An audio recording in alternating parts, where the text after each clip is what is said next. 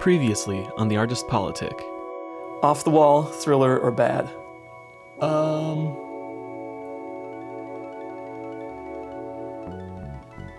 mean, I gotta say, as an album,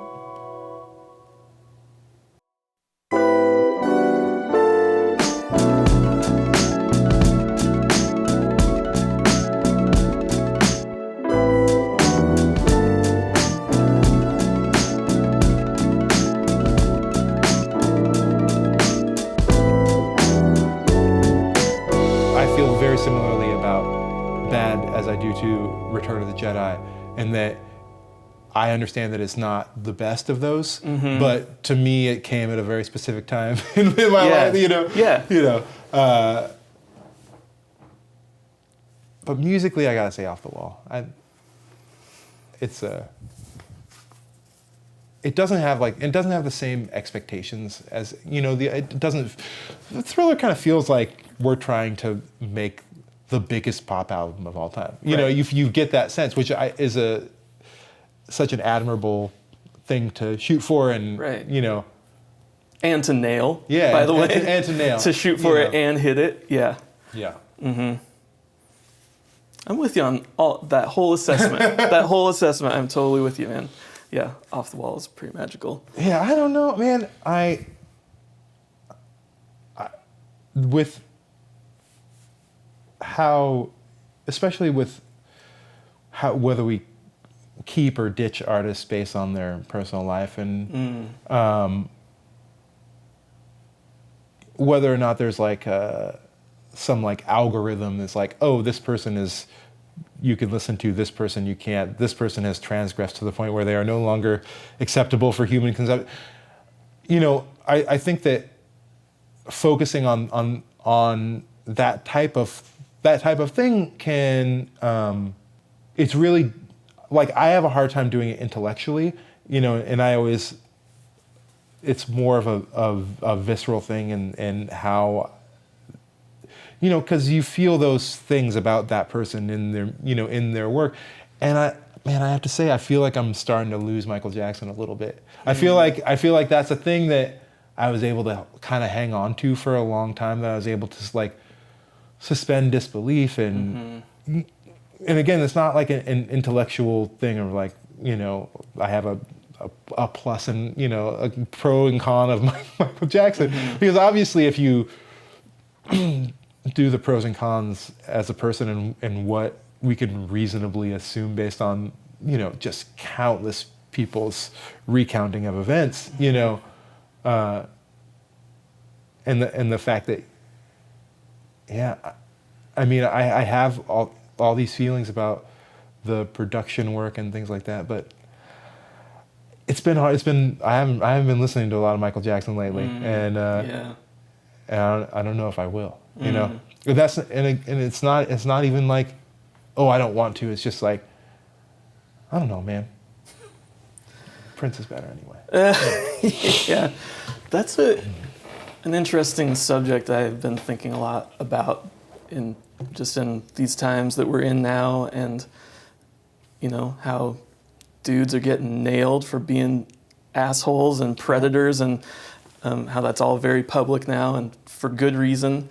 And Michael Jackson's a really interesting example of that. Like, if those revelations about him were happening now, how different the response would be. Completely. Right? And he would be, you know, he wouldn't be doing any huge stage show at the O2 Arena or whatever he, you know, was doing later in his life. It's so complicated, though. I mean, it's so complicated, because, like, I think about Miles Davis. I think about, like, his treatment of Francine Davis. I think about, you know, I think about the things that he admitted to and described in detail, and that she has recounted many times, and, you know, and I think about, man, that's a real way to be a person. But then I also think about, like, but she's also choosing to, you know, be on this documentary, talking about it. So she's found some ability to, you know, I don't, does she listen to, I think she probably listens to my, you know, Yeah. like, It's really and tough. I don't want to lose Miles Davis. I don't want to, I don't want to lose but at the same time, like, it's not that, like, the internet and social media and this knowledge has made us make this intellectual decision. It really is like, when we understand more about people, we wonder how much we want to have to do with those people. We really, and for me, it's always like, a visceral, I don't want to listen to I don't want to listen to R. Kelly. It's not like I'm not listening to R. Kelly out of protest. Like, I have a sense for the type of person that is. And I think, the quality of work is important to me. Like, the quality of work that you do is, like, so paramount. But all of the effort, all of the years of learning to play an instrument or we're all trying to get to the point where we can convey our humanity. That's where we're getting. And you might get real good, but I might not want your humanity. I might not want, your delivery system might be good, but what you're actually giving me, because that's what we're actually getting. We're getting a piece of you. Because I know that if I'm performing right, I'm giving a piece of me, and beyond the work I've put into what I'm doing, I'm hoping that piece of me is actually not toxic to the person that I'm giving it to. And I make huge mistakes as a person myself. But I do think that those Michael Jackson songs don't sound the same to me. They don't sound the same as when I was a kid. And I can intellectually say, like, I want to separate the artist from their work, but I'm not. But my ears hear it differently, and my heart feels it differently, and I don't expect people to be perfect, but I do believe that as a society we have a long way to go, and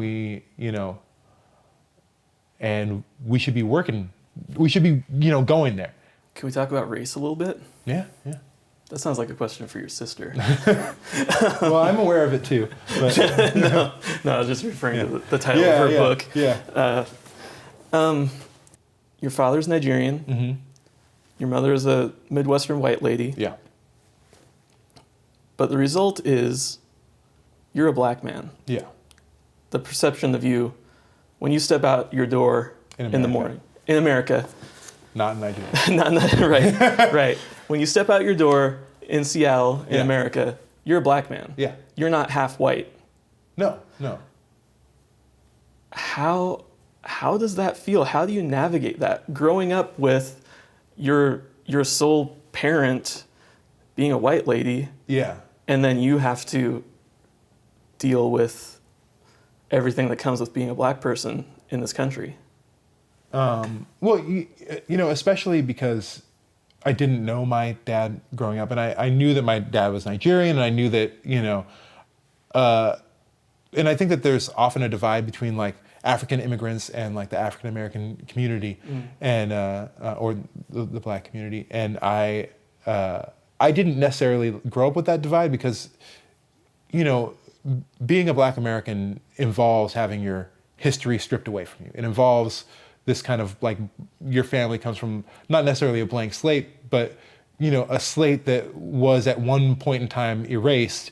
And there's just kind of this question mark, beyond that point, which in experience is not, like, in personal experience is not that different than my experience of, like, having a Nigerian father, having, a very specific African culture, but not really being actually connected to it because the person that is my connection to this thing isn't there. And so I don't really, I am Nigerian, but in my heart, I'm a black American. The art forms that I work in are built out of, they're black American art forms, and they're, and that's because that's what you are in America. If, unless you can be Nigerian because like unless you have another thing, you're a Black American. That's how you're perceived, and you know, I was raised solely by a white person. There's my mom is a white person. That's who was in our house, and but especially growing up in like poor areas, every time I went to the convenience store, like, in my neighborhood, I just was followed through the store, followed through Fred Meyer, from my earliest childhood of being a young Black kid, being followed through stores, and knowing that wasn't the experience of, every other kid, that they didn't just get followed through stores, and I've never stolen a thing in my life. Like, not saying, I'm not proud of everything I've ever done, but I've never stolen. I've never like gone into a store and stolen a thing. I mean, it's not a desire that I have. I'm not transgressive in that way. Shoplifting never had an appeal. And like the idea that I was like a suspect for this thing that I never had any desire to do, was always like, that's the type of thing that's like, oh, you're this thing. Doesn't matter who's at home, doesn't matter what your cultural heritage is, doesn't matter what your DNA says. This is you, and this is who you are in society, and this is the I think that there are certain aspects of being technically mixed race, whatever that. I mean, it's not mixed race. Everyone is but it's of having a white parent, white grandparents, and having a big part of your family that just lives in a pretty purely white world, is that you're exposed to what that experience is. Like, you see that you're not necessarily a part of that experience, but you see what that experience is, and you see how people are treated on a daily, and you see how they're able to go through their lives, and then you see how other people are not able to go through their lives in the exact same way, and with the exact same freedoms, and with the exact same mobility through the world. And I think that having white family can make you real angry, because you know that you got whatever it means, the same blood running through your veins. Like there's not something defective about me. I know some real white members of my family that are real defective, like that are real, like that have a real negative impact on people's lives on a daily basis. And I know that I'm not them, and I know that. And they're not getting followed through the convenience store. Eventually they do enough drugs, and they get to the point Maybe visually. they Then they get there. Yeah. They get there. They do their best to get rid of the privilege that they have.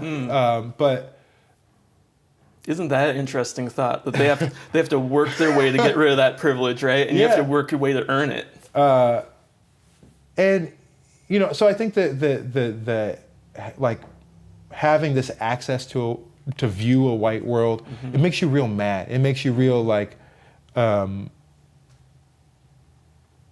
it's the difference of, again, kind of like going back into like stuff with my dad, and like, my dad always being a question mark for me, but for a lot of my siblings being just a, this negative thing, and for, I think, a lot of people that, and it's not just specifically like Black people, but I think there is a very specific like Black American experience, but a lot of people that experience that life, even though, white society is all around them, and kind of, they have to live within their close family, as people who having the same experiences as them, and people, and I think that there is there is a little something about seeing people not have to go through those exact same things. I mean, everyone has their own stuff, but those specific things that are systemic and that are societal, and seeing people not have to go through those things, and seeing those people that are your family not have to really go through the world in the same way, and I mean, it makes you a really kind of angry that's really specific, you know? Sure. It's a very specific kind of anger where, you know, it's a real like I'm not gonna take this. You know, I mean, it's like Miles Davis and Duke Ellington were both securely middle class people. They grew up securely, you know, and that's a really rare experience among Black Americans, you know, just in that time, especially. in that time, well, you've kind of given more in this time, but just because Black people aren't doing better now. I mean, in terms of, you know, accumulated wealth, things like that. But like Miles Davis, for example, like and who Miles Davis was in terms of race issues and how he presented himself, and the idea of like, I'm not going to take this. That's because it's because of a lot of reasons, but it's because he's rich. He grew up rich. He grew up with people treating him like he was something, treating him like he, you know, and viewing people being treated like they were something, and then going into an environment where it's like, oh, you're not something. Yeah, I am. I have seen me be something. I have seen me be part of, like, I know that I am not this thing that you're trying to say that I know that I'm not. And like this, it's kind of a similar thing when you have experience to this other thing that is not poisoned in the same way. You're like, you know, I'm not going to live in poison. Like, I'm not going to be content. Not to say that, you know, being mixed, like, overall comes with massive privileges. It comes with, like, it's definitely, like, the experience of darker skinned people is definitely equally angering and, you know, in its own way. But, you know, there's a very mixed and like light skin, like, we're not gonna take it. You know, there's a very like specific thing of like, we see people that in actual complexion don't look that different from us, you know, being treated a lot differently, you know, being, right. You know, you get a front row seat to that comparison. Yeah. Right? You get to see it firsthand. Which is total, but like when I go to Nigeria, when I'm in Nigeria, I will like walk in the mall and people will go, white guy, like literally, like not, oh, he's mixed. No, oh, look, there's a white guy, which is the most bizarre experience because in America, you know, whatever part of you is not white is what you are. If you're half Asian and half white, you're Asian. If you're half, like that's, and in Nigeria, a country that's, you know, 98% or so Black, or maybe even more than that, you know, whatever is not Black is what you are. You know, like you're white, and getting to experience certain aspects of like legit white privilege in Nigeria was just mind-boggling. It was just such a mind of like, you know, I mean, situations where because of exploitation, there's like, even though Nigeria produces tons of oil, there's gas shortages in Nigeria. And there's like long lines to get gas, you know, at these gas stations. And I was in a cab and with my brother, and he just like drove through the exit, pulled up to the thing, got gas right away. And I was like, asked my brother, like, what's going on? He's like, because there's a white guy in the car. Whoa. Like, and this is a Black country with just Black people making the rules, and like even in that situation, you know, be like, man, this is a crazy worldwide, like, you know. And I think a lot of people, you know, a lot of white people don't even like go day to day just thinking like, oh, I need gas. Oh, I got gas. They're like, I'm going on with my, like, that's like kind of just symbolic for, I think, kind of a larger thing. And you know, part of me didn't even like think about at first I was like, oh, we're getting gas. And I'm like, wait, how is there a long ass line of people waiting? And, you know, isn't that amazing that white privilege can permeate every corner of the globe. That's mind-blowing, man. Yeah. Yeah. So your father was a politician in Nigeria, a chief of a village, and you were saying he was like a representative of some sort? He was in the House of Representatives. Okay, yeah. So kind of a lifelong politician. Yeah, lifelong, Yeah. and then professor of political science. Oh, okay, yeah. Do you have any desire to enter the political realm? Do you have some of that blood flowing through your veins? I mean, well, I think that it makes me.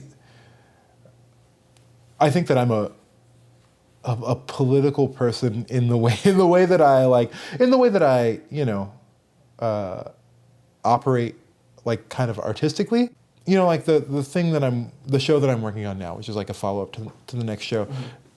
You know, it's in name and it's like a show about my mom and like my mom's life and what it, you know, told through, you know, kind of brief anecdotes that, you know, kind of circle around and build a picture.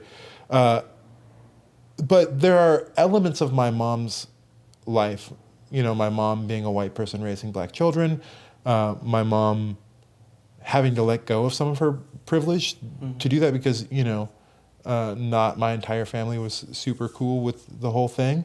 And, you know, and my mom being someone that grew up, you know, relatively middle class, like, you know, I think that they had some struggles, but, you know, they're relatively middle class, and then to kind of have to let go a lot of that as a single parent of black kids, living in Section 8 housing, living in, which as soon as you enter, you know, poverty, you're in a diverse, you know, racial environment. Like that's, there's, you know, except for places where there just aren't, except for places where there are only white people. For in general, if you're around poor people, you're around people of color. Like, because that's how America works. Like that's what America does to people. And so, you know, my mom moving from one environment to the other, raising children in an environment that's not necessarily her native environment. And I think that there's so many interesting things in that individual story that touch base with pressing political issues that exist right now. You know, there are so many places right now where my life intersects with immigration, and there are so many places where my life intersects with the way that people think about and police and criticize women's bodies. Not only, you know, because of my wife and her work, but, you know, having 2 teenage daughters and there's so many places where my life is like genuinely connects with the issues that I think that I can be more effective telling the stories of those things and focusing on those stories not as a basis to convey the point, but as pieces of art that contain within them universal truths that I believe. Yeah, I'm not itching to be more overtly political. I'm itching to be more personal in a way that builds a consensus around how we should treat people and kind of more universal ideas that are not necessarily about policy, but are about the bigger ideas that will hopefully inform policy and hopefully inform.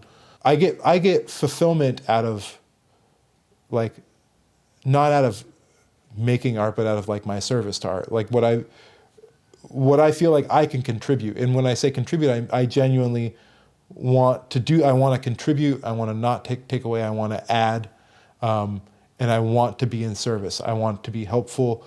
I don't want to do what I'm doing out of ego or out of.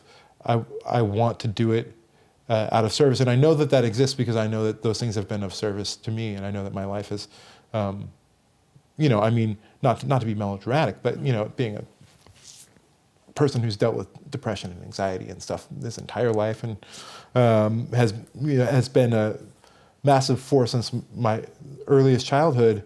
You know, I don't exist without these things. Like, I mean, I don't exist without art. Like, it's not. There's no way I got through childhood without that. And so I know that there is service to be done. I know that service exists, and that you can help people, and that you can be a positive force. And that's the way that that's the thing that's been the most helpful for me in my life. So that's the thing that I understand the best, and it's the thing that I think that I have the best chance at reciprocating. And I think that that's the way that I can be of service before I go away forever. I think that's a great place to leave it today. Yeah. Aham Thank you for Oluo. having me. Yeah, thank you. Thank you for being on the show.